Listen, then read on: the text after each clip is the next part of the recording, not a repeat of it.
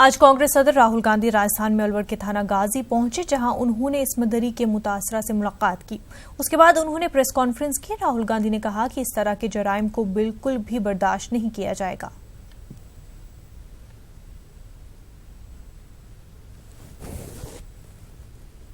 मैं यहाँ आया, परिवार से मिला, उनसे हमने डिटेल में बातचीत की। मैं बस एक मैसेज देना चाहता हूँ, ऐसी चीज़ को हम टॉलरेट नहीं करेंगे। न्याय यहाँ जल्दी से जल्दी इस परिवार को, इस लड़की को न्याय मिलेगा। तो ये मैं आपको कहना चाहता था। मेरे लिए ये राजनीतिक मुद्दा नहीं है, मेरे लिए ये एक इमोशनल बात है। एक लड़की के साथ गलत काम किया गया है और हिंदुस्तान में, सिर्फ राजस्थान में नहीं, सिर्फ अलवर में नहीं, हिंदुस्तान में हमें मैसेज देना है कि जो हमारी बहनें हैं, माताएं हैं, उनके साथ ये बर्ताव नहीं टॉलरेट किया जाएगा। ये जिला बहुत ही क्रिटिकल है।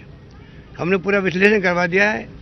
राजस्थान भर में 6,000 से 10,000 तक केसेस होते हैं, रजिस्टर होते होंगे। यहाँ 17,000 केस रजिस्टर्ड हो रहे हैं। सुनिए, 18 कर दो भैया, 17,000।